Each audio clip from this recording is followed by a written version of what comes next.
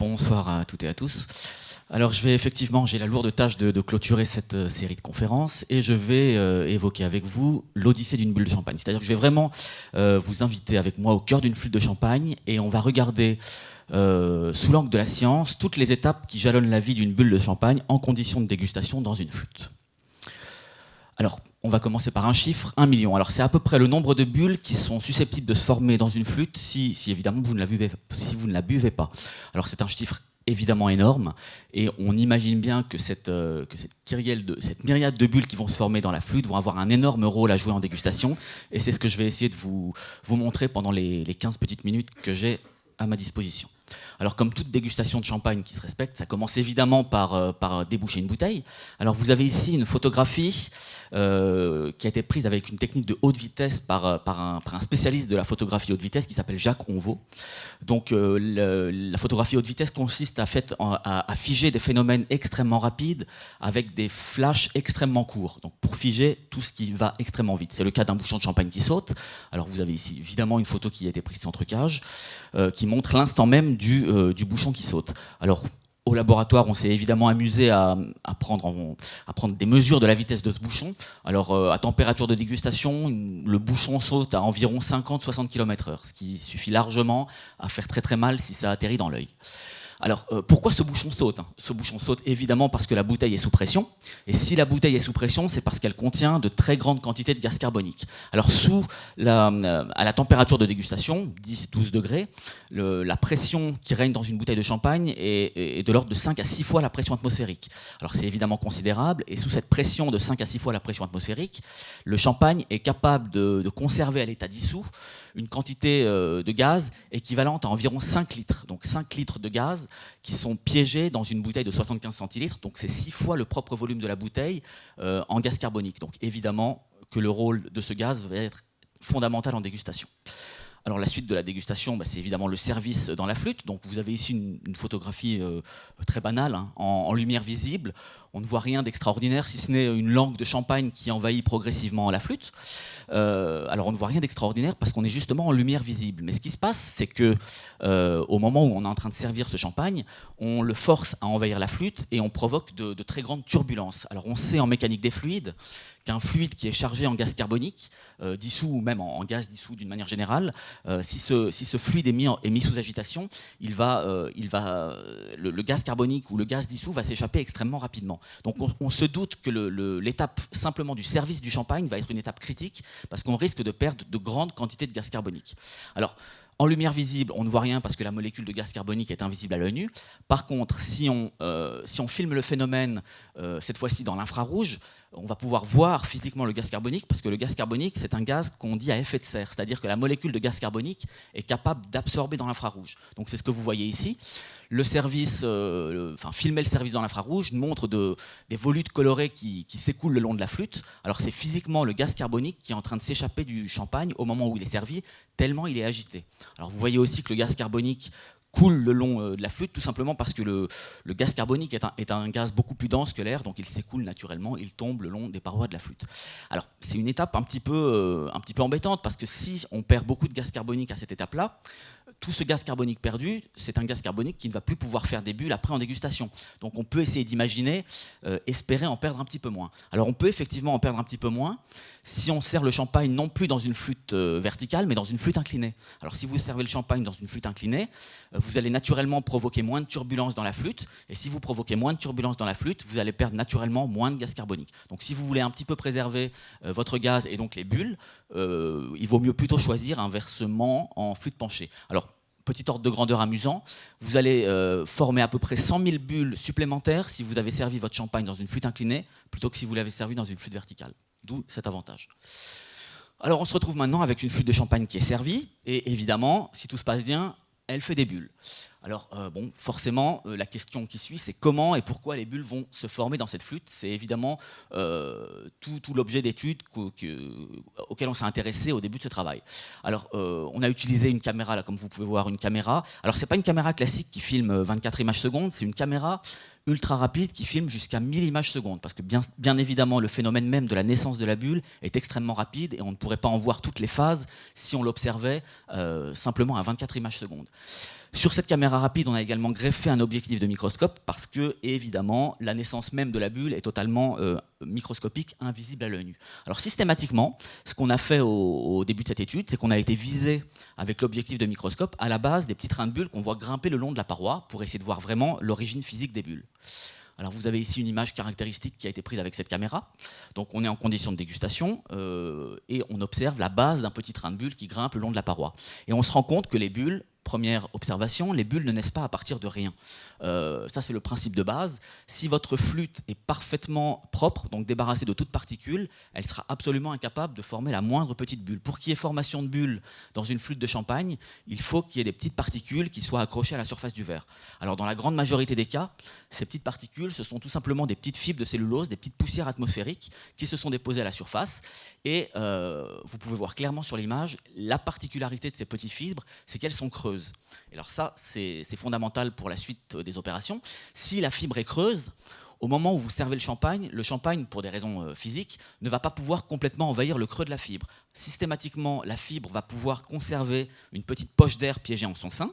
Et pour des raisons physiques, cette petite poche d'air, elle est capable d'aspirer le gaz carbonique dissous en grande quantité au voisinage. Donc le gaz carbonique s'engouffre dans la poche, la fait grossir, et dès que la poche arrive à un des bouts ouverts de la fibre, elle se casse, une petite bulle est émise, mais petit miracle de la physique, une petite poche reste toujours piégée, de sorte que le phénomène se répète, identique à lui-même, jusqu'à épuisement du gaz dissous. Alors si vous ne buvez pas votre champagne, et que vous le laissez buller tranquillement, ça va durer des heures et des heures, tant les quantités de gaz à évacuer sont importantes.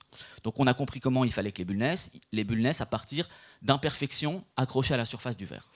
On va maintenant regarder ce qui se passe lorsque les bulles remontent dans le verre à partir de leur site de nucléation. Alors vous avez ici à la fois une photographie haute vitesse, donc avec un flash très court qui permet de figer le phénomène, et un petit film. Alors on se rend compte de deux caractéristiques au moment où les bulles remontent. On voit très clairement sur les images que les bulles grossissent lorsqu'elles remontent. Alors ça, c'est pas une grande surprise. On a affaire à des bulles qui sont en train de remonter dans un liquide qui est chargé de gaz carbonique dissous. Donc le gaz carbonique, naturellement, il s'engouffre dans la bulle. Mais on a aussi un autre phénomène qui va particulièrement nous intéresser en dégustation. Il n'y a pas que le gaz carbonique qui s'engouffre dans la bulle, il y a aussi toutes les molécules qui sont des molécules volatiles aromatiques qui, elles aussi, ne demandent qu'à passer en phase vapeur. Donc on comprend bien comment les bulles vont pouvoir se faire le vecteur des arômes en les captant, en remontant à la surface, et ce qu'on va voir après, c'est que c'est lorsqu'elles vont éclater qu'elles vont les libérer. Alors on voit également une autre particularité sur ces images, on voit que l'écartement entre deux bulles successives augmente au fur et à mesure qu'on se rapproche de la surface. Alors ça, c'est en train de signer le fait que les bulles sont en train d'accélérer. Les bulles sont émises de façon parfaitement répétitive au niveau de leur petit site de nucléation. Si elles conservaient leur vitesse, on aurait toujours le même écartement entre deux bulles successives. Puisque l'écartement augmente, ça veut dire que les bulles accélèrent. Alors on a passé un certain temps, au moment où on a fait ce travail, à essayer vraiment de comprendre quels étaient tous les paramètres responsables du grossissement des bulles. Alors j'imagine que vous avez tous entendu comme moi que les grands champagnes se distinguaient à la finesse de leurs bulles. Alors avant de savoir si cette espèce de dicton populaire était vrai ou pas, la première étape c'était de construire les modèles mathématiques, alors basés évidemment sur les lois de la mécanique des fluides et de la physique des gaz, pour essayer de comprendre quels étaient les paramètres à l'origine du grossissement des bulles.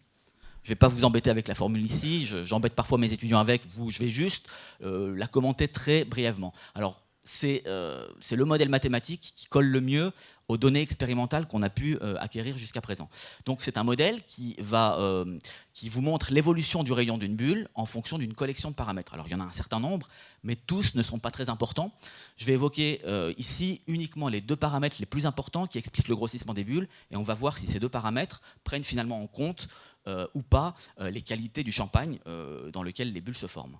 Alors le premier paramètre dans l'ordre d'importance, il est très simple à comprendre, c'est tout simplement la distance parcourue par la bulle. C'est le petit h que vous retrouvez ici à la puissance 1/3 dans la formule.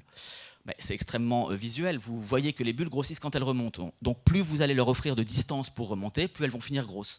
Donc là je suis en train de vous dire que le premier paramètre qui vous explique la taille des bulles dans votre verre, finalement n'a rien à voir avec le champagne, ça a à voir uniquement avec la taille du verre dans lequel vous êtes en train de le déguster. Et c'est le premier paramètre. Le deuxième est aussi relativement logique, c'est tout simplement la concentration en gaz carbonique dissous. Plus le champagne est concentré en gaz carbonique, plus il va avoir tendance à faire des bulles grosses, moins il est chargé en gaz carbonique, plus il va avoir tendance à faire des bulles fines. Alors ça vous explique pourquoi les vieux champagnes sont toujours des champagnes qui sont propices aux fines bulles, tout simplement parce que les vieux champagnes ont une concentration en CO2 beaucoup plus faible que les champagnes jeunes. Ça s'explique très simplement. Quand vous laissez vieillir un champagne bouché, ben, il se trouve que le bouchon en liège est un matériau poreux qui n'est pas totalement hermétique, et au fil des ans, du gaz carbonique va finalement pouvoir s'échapper de ce bouchon. Donc on va petit à petit appauvrir le champagne en gaz carbonique. Donc quand vous ouvrez un vieux champagne qui a vieilli 10, 15, voire des fois 20 ans, vous avez affaire à un champagne qui est appauvri en gaz carbonique. S'il est appauvri en gaz carbonique, il va être propice à faire des fines bulles. Alors il fait des fines bulles, pas parce qu'il est extrêmement bon. Alors il se trouve que les champagnes, en général, qu'on laisse vieillir, sont des champagnes qui ont un fort potentiel de vieillissement, dont on sait qu'ils vont être très bons.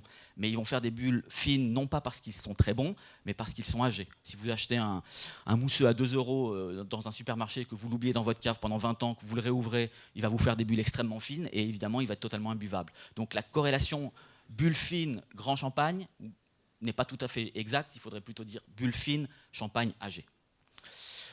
Alors, cette petite image, juste pour vous illustrer l'influence de la hauteur du service du champagne. Finalement, on a servi exactement le même champagne à gauche dans une coupe et à droite dans une flûte.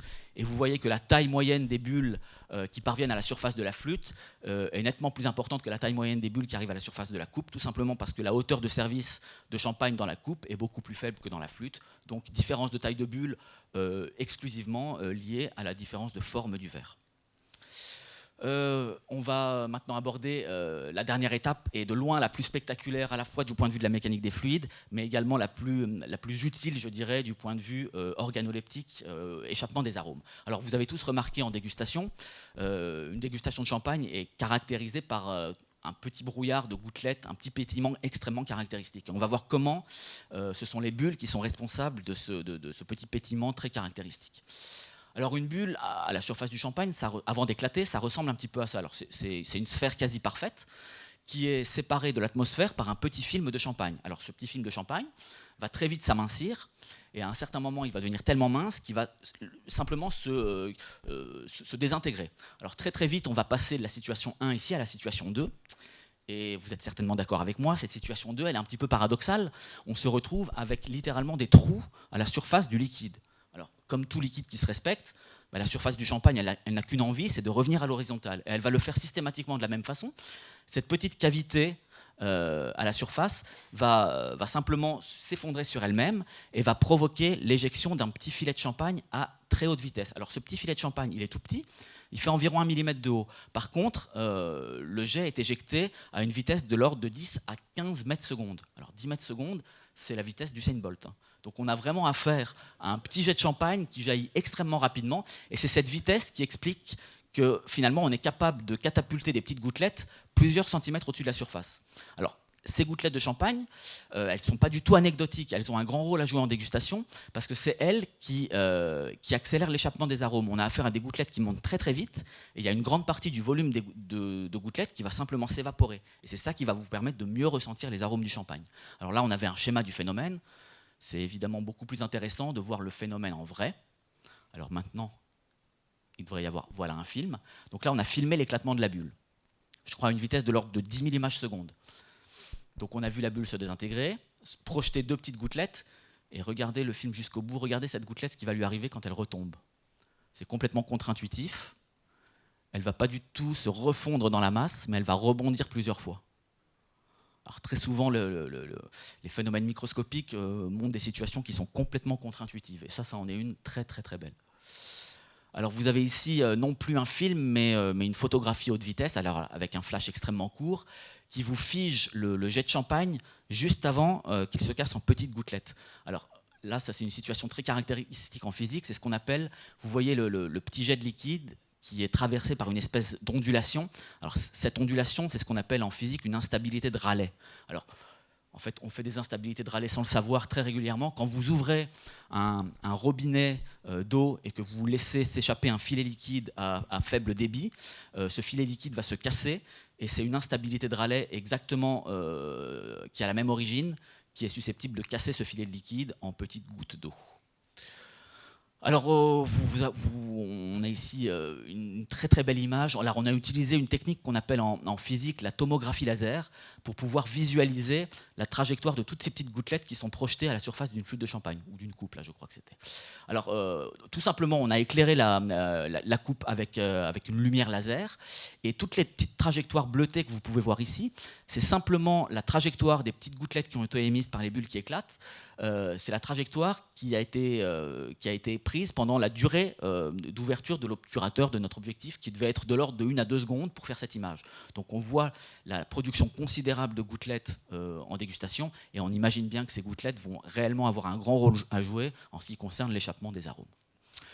Alors je vais terminer mon propos juste par quelques belles images. Alors il n'y a pas vraiment de conséquences en dégustation, mais ça produit des images assez surprenantes. En tout cas, quand on les a prises à l'époque, on avait vraiment été très surpris de ce qu'on avait vu. Alors on a ici une image de la surface d'une flûte juste après le service du champagne. Et si vous êtes attentif, vous voyez qu'on a des zones cerclées en jaune ici, où les bulles perdent complètement leur forme sphérique.